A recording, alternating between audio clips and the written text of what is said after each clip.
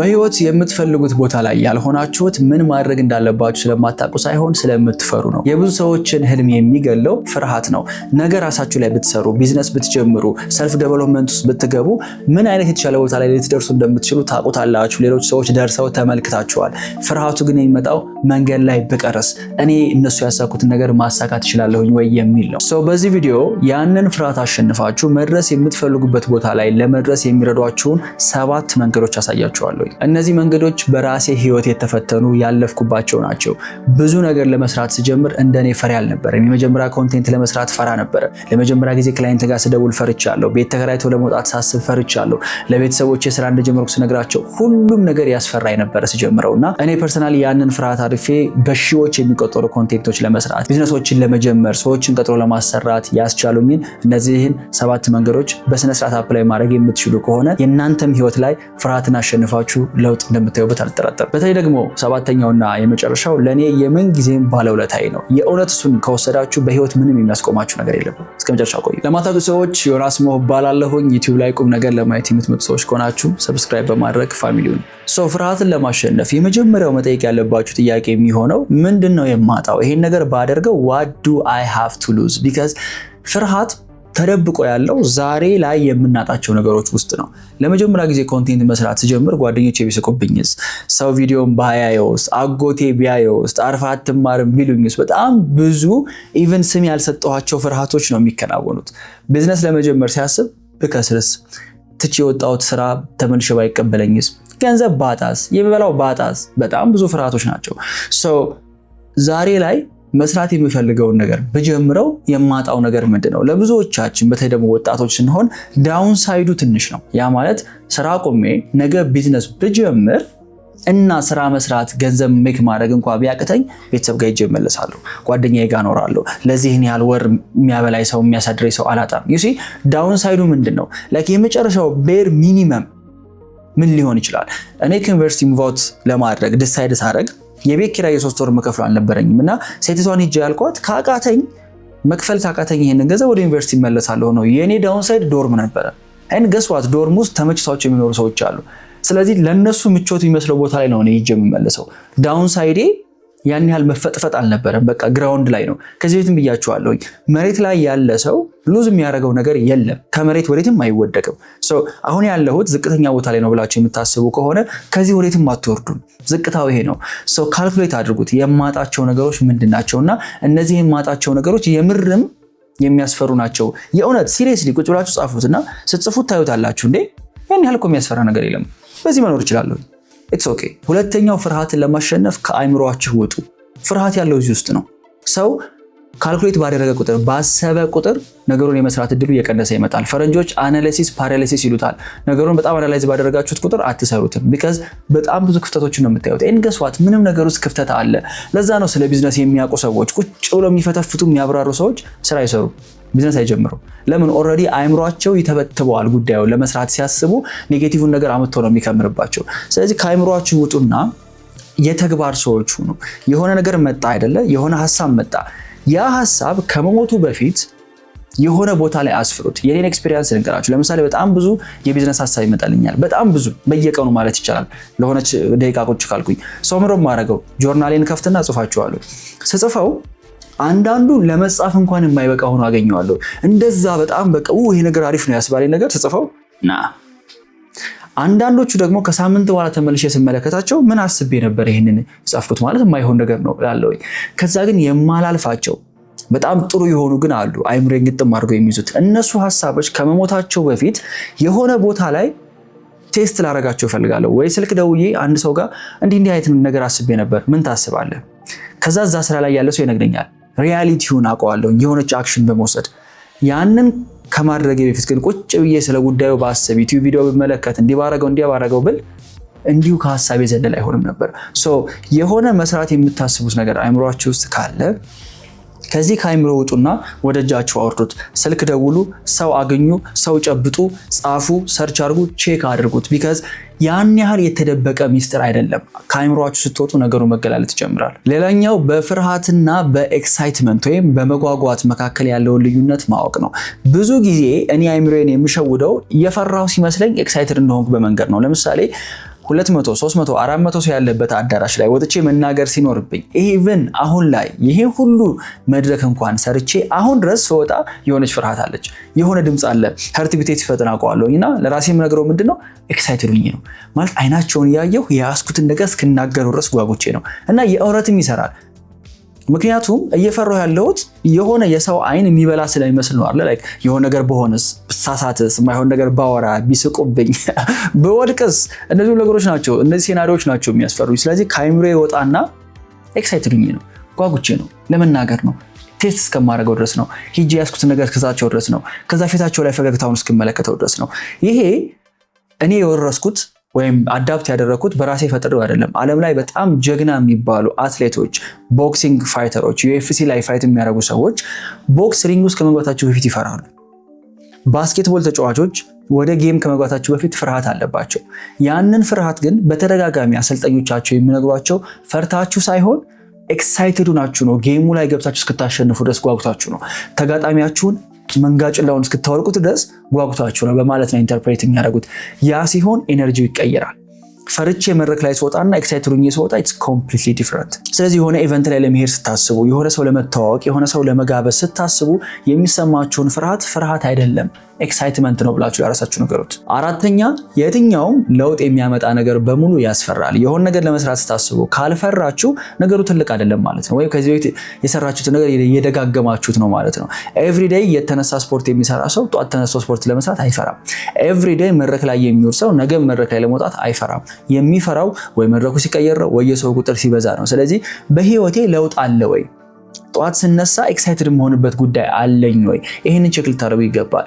ካልሆነ ግን እሰራዋለሁ ያላችሁት ነገር ካላስፈራችሁ ታውቁታላችሁ ማለት ነው። የሚያውቁትን ነገር መደጋገም ነው። ሶ ይሄን የምነግራችሁ አክሴፕት እንድታደርጉት ነው። ቢካዝ የትኛውም ልትጀምሩት የምታስቡት ወደ ተሻለ ቦታ የሚያሻግራችሁ ነገር በሙሉ ሰርታችሁት ስለማታውቁ ያስፈራችኋል። and it's okay።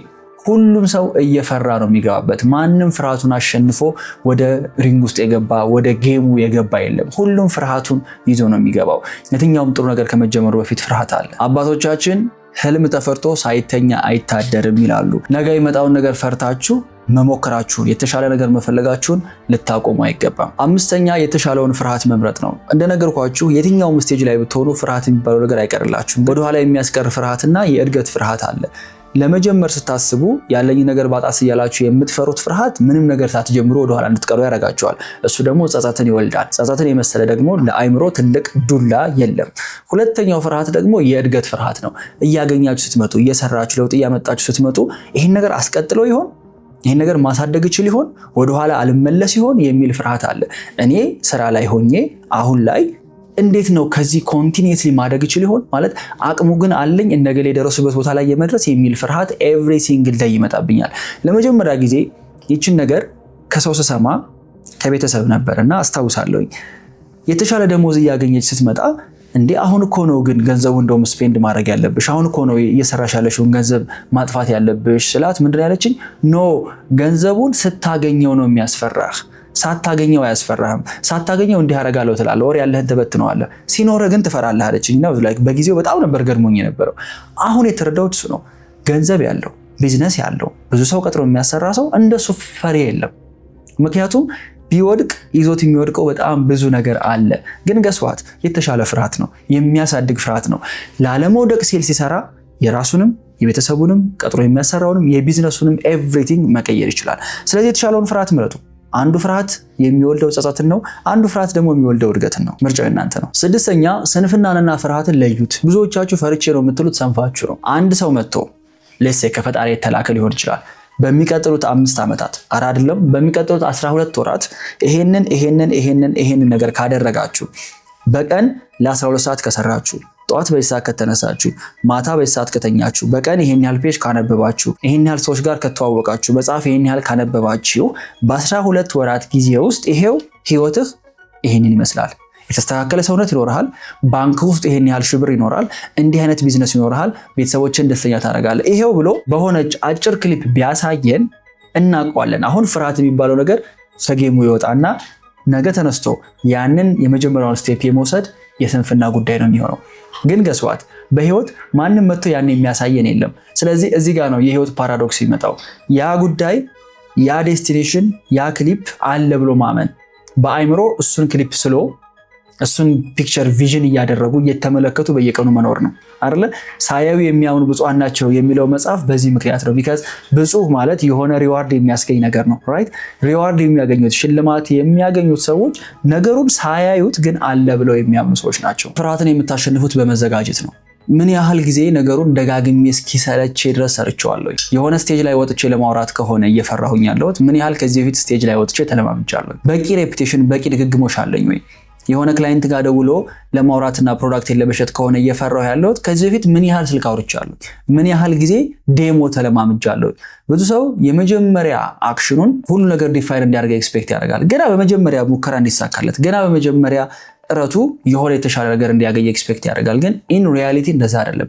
የትኛውም ስፖርተኛ የትኛውም የቦክስ ተፋላሚ ሪንግ ውስጥ ከመግባታቸው በፊት ለ10 ደቂቃ ለ20 ደቂቃ ፋይት አመቱን ሙሉ ነው የሚዘጋጁት። አመቱን ሙሉ ቦክስ ሲደባደቡ፣ ሲሮጡ፣ ትንፋሽ ሲሰሩ ነው የሚውሉ። ኢማጂን አመቱን ሙሉ የለፋችሁበት ነገር፣ አመቱን ሙሉ ፕራክቲስ ያደረጋችሁ ትሬን ያደረጋችሁትን ነገር ወደ ስራ ለመግባት ኤክሳይትድ ነው የምትሆኑ፣ ተጓጉለታላችሁ። እንደውም ቶሎ ብላችሁ የተለማመዳችሁትን ነገር መሬት ላይ ለማውረድ እንጂ ልትፈሩ አትችሉም።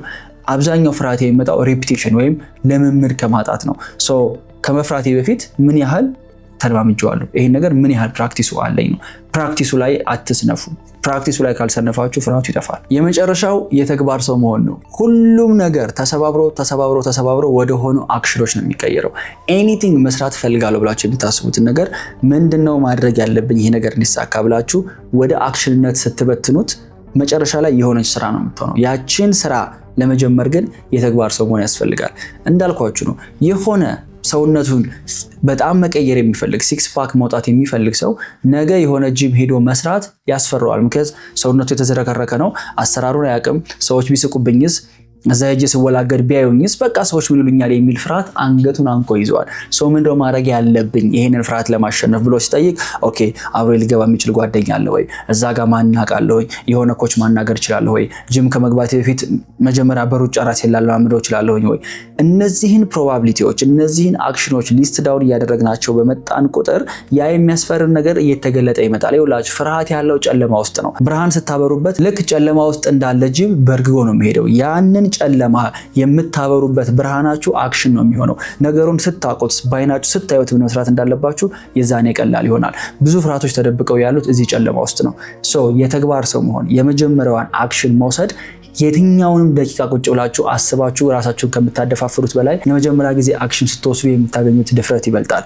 ለድፍረት ቦታ ስጡት። እንደነገርኳችሁ ነው የምር በህይወት ፕሮግረስ ማምጣት በጣም ቤዚክ የሆኑ ጉዳዮችን ደጋግሞ የመስራት ጉዳይ ነው። ኢማጂን ማለት ጠዋት 11 ሰዓት መነሳት መቻል፣ በቀን 12 ሰዓት መስራት፣ ኤክሰርሳይዝ ማድረግ፣ መጽሐፍ ማንበብ፣ ይሄ አክቹዋል ከፐርሰናሊቲያችን ጋር አብሮ የተፈጠረ ነገር ነው። ለራሴ ያለኝ ግምት ምን ያህል ነው? ለራሴ የምሰጠው ቦታ ምን ያህል ነው? ጠዋት 11 ሰዓት መነሳት በህይወት ለውጥ ያመጣል ከተባልኩኝ ካልጋ 12 ሰዓት መነሳት 11 ሰዓት መነሳት እንዴት ይከብደኛል? ማለት ምን ያህል ነው የኔ ፐርሰናሊቲ የዛን ያህል የሞተ ነው ወይ? ጠዋት የመነሳት ያህል መጽሐፍ ገልጦ እንደዚህ የማንበብ ከሆነ ሪኳየርመንቱ እንዴት ማንበብ ይከብደኛል? ማለት በዚህ ደረጃ የሞት ሰው ነኝ ወይ? ለኔ ብዙ ቦታዎች ላይ ፕሮግረስ እንዳደረግ የሚያግዘኝ አስተሳሰብ ይሄ ነው። ነገሩን ወደ አክሽንነት ቀይረዋለሁ። ከዛ አክሽኑ ተሰባብሮ የሚሆነው የሆነ ስልክ ደውለህ ሰውየውን እራት መጋበዝና ማውራት ሊሆን ይችላል። ከዛ ግን ለሰውየው መደወል ከዛ እራት እንብላ ማለት ኢጎዬ ግጥም አድርጎ ይዘኛል። ከዛ የምጠይቀው ነገር ምንድነው? ራሴን አንተ የምር ሰልፍ ወርዝ ይሄ ነው ያንተ ቦታ ይሄ ነው ማለት የሆነ ሰው ስልክ ደውሎ ጋብዞ እራት እንብላ ብሎ ከዛ በኋላ ማማከርና መጠየቅ ይሄንን ማድረግ ካልቻልክማ ምንም ነገር እኮ አይገባም። መስራት ከምትፈልጉት ነገር ጋር ማንነታችሁን አታች አድርጉት፣ አገናኙት። መስራት አልቻልኩም ማለት እኔ ምንም ደህና ነገር የሚገባኝ ሰው አይደለሁም ማለት ነው። በዚህ ደረጃ ጉዳዩን ከራሳችሁ ሰልፍ ወርዝ ጋር ከማንነታችሁ ጋር አታች ስታደርጉት ያንን ጉዳይ ካልፈጸማችሁ ትሰበራላችሁ። ከሰራችሁት ደግሞ ሰልፍ ወርዛችሁ እየጨመረ ለራሳችሁ የምትሰጡት ግምት ከፍ እያለ ይመጣል። ከዚህ በፊት ነግሬያችኋለሁ። እዚህ ምድር ላይ ያለው ስኬት በሙሉ የሆኑ ቤዚክ ነገሮችን ደጋግሞ መስራት ነው። ሆነም ቀረም የፈለገ ብታውቁ የፈለገ ብታነቡ ራሴ ላይ የፈለገ ሰራሁ ብትሉ ሁሉም ነገር ተሰባብሮ የሆነ ስራ ነው። ያንን ነገር መስራት የማትችሉ ከሆነ እውቀት ይኖራችኋል፣ ጭንቅላታችሁ ያደገ ይመስላችኋል እንጂ ምንም አይነት ለውጥ አታመጡ። ይኸውላችሁ ፍርሃት የሚቀር ነገር አይደለም። ሰው ሆነን እስከተፈጠርን ድረስ ፍርሃት አለብን። ፈሪዎች ነን፣ እንፈራለን። ግን ሆነም ቀረም ፍርሃት መጣም አልመጣም ግን የያዙትን ይዞ ወደ ስራ መግባት፣ ወደ አክሽን መግባት ድፍረት መፈለግ ያንን የጎደለውን ፓርቲ ይሞላልንና የምንፈልገው ቦታ ላይ እንድንቀመጥ ያደርገናል። ለምን ፈራሁ ብላችሁ ሳይሆን መጨነቅ ያለባችሁ ድፍረቱን ከየት ላምጣው ነው። አይ ሆፕ ዛሬ ሼር ያደረኳችሁ እነዚህ 7 መንገዶች ፍርሃትን አሸንፈው ፕሮግረስ ለማምጣት ይረዷችኋል ብዬ አስባለሁ። በሌላ ቀን እስክንገናኝ ድረስ see you